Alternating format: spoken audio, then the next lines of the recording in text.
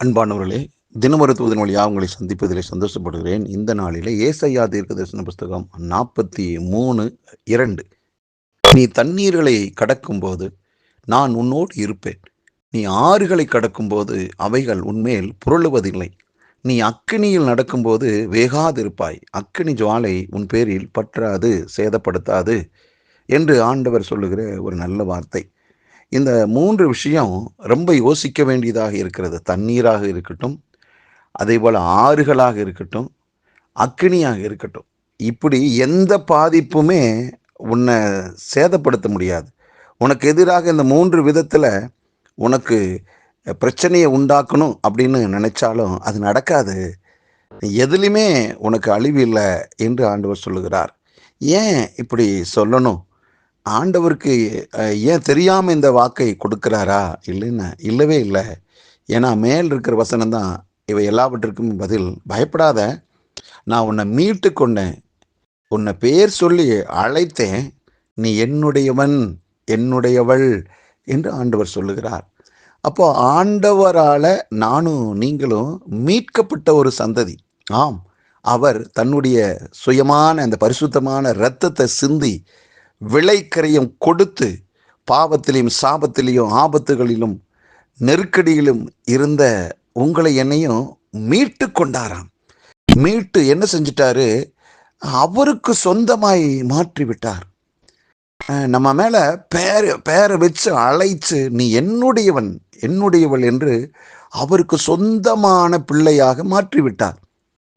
எப்படி அவருக்கு சொந்தமானதை அவரால் இழக்க முடியும்? அவருக்கு சொந்தமான ஒன்றின் மீது உலகத்தின் எந்த அதிகாரமும் செலுத்த, பாதிப்பை உண்டாக்க அவர் அனுமதிக்க மாட்டாரே.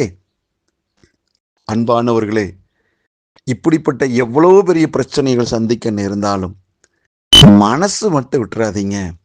திரும்ப திரும்ப கர்த்தருடைய வார்த்தை வருகிறது, நீ பயப்படாத, உன்னை நான் மீட்டு கொண்டேன், உன்னை நான் பேர் சொல்லி அழைச்சிருக்கிறேன். ஏன்?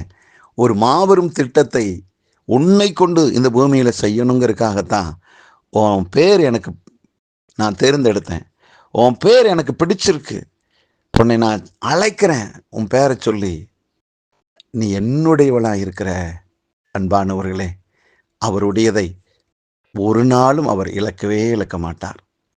எந்த சூழ்நிலையிலும் உங்களை காப்பாற்றுவார். ஆகவே பயப்படாதீங்க. இன்னைக்கு நடக்கிற சில சம்பவங்களும் நாளை தினத்தை குறித்து ஒரு கேள்வியை உங்களுக்குள்ளே எழுப்பலாம். இன்னைக்கு இவ்வளோ பிரச்சனை இருக்கும்போது நாளைக்கு எப்படி சமாளிப்பேன்? இல்லை, நாளை தினத்தை குறித்து நாம் கவலைப்பட வேண்டிய அவசியம் இல்லை. எந்த நாளை குறித்துமே கவலைப்பட வேண்டிய அவசியம் இல்லை. நானும் நீங்களும் அவருடைய பிள்ளைகளாக இருப்பதால் அவர் எல்லாம் பார்த்து கொள்வார். அவருக்கு ஒரு பெயர் இருக்கிறது, யெகோவா ஈரே, எல்லாமே பார்த்து கொள்வாராம். ஆகவே கர்த்தர் மேலே பாரத்தை வச்சிருங்க. ஆண்டவரே என்று 2 கைகளை உயர்த்தி விடுங்கள். அவர் மேலே நம்பிக்கையாக இருங்க. அவருக்காக காத்துருங்க. நீங்கள் புதுபலன் அடைவீங்க, நீங்கள் எழும்புவீங்க, பிரகாசிப்பீங்க. ஏனென்றால் உங்கள் மேலே அவர் வச்சிருக்கிற திட்டத்தை உங்களை கொண்டே தான் செய்யணும்னு நினைக்கிறாரு. ஆகவே எந்த விதத்திலும் இடதுபுறம் வலதுபுறம் உங்களுடைய பார்வையும் எண்ணங்களும் போக வேண்டாம். அவரை மட்டுமே உங்களுடைய கண்கள் பார்க்கட்டும். நிச்சயமாக நீங்கள் வெற்றி அடைவீர்கள், பிரகாசம் அடைவீர்கள். நல்ல பிதாவே, இந்த நல்ல வேலைக்காக நன்றி. அன்பின் குமாரன் இயேசு கிறிஸ்துவின் நாமத்தினால் இதை கேட்டுக்கொண்டிருக்கிற எல்லாரையும் வாழ்த்துறேன், ஆசீர்வதிக்கிறேன். எந்த நெருக்கடியான சூழ்நிலையில் இருந்தாலும் அவர்களை விட்டுவிட மாட்டீர், அவர்களை காப்பாற்றுவீர், தூக்கி விடுகிறீர். ஆமாண்டவரே, ஏனென்றால் நாங்கள் எல்லாரும் உம்முடையவர்களாக இருக்கிறோம். உம்முடையவர்களை எந்த சூழ்நிலையும் இழக்க மாட்டீங்க, இழக்காமல் காத்து கொள்வீங்க. நன்றி அப்பா. ஒவ்வொருவர் மேலும் கர்த்தர் வைத்திருக்க திட்டம் நிறைவேற போறதுக்காக நன்றி.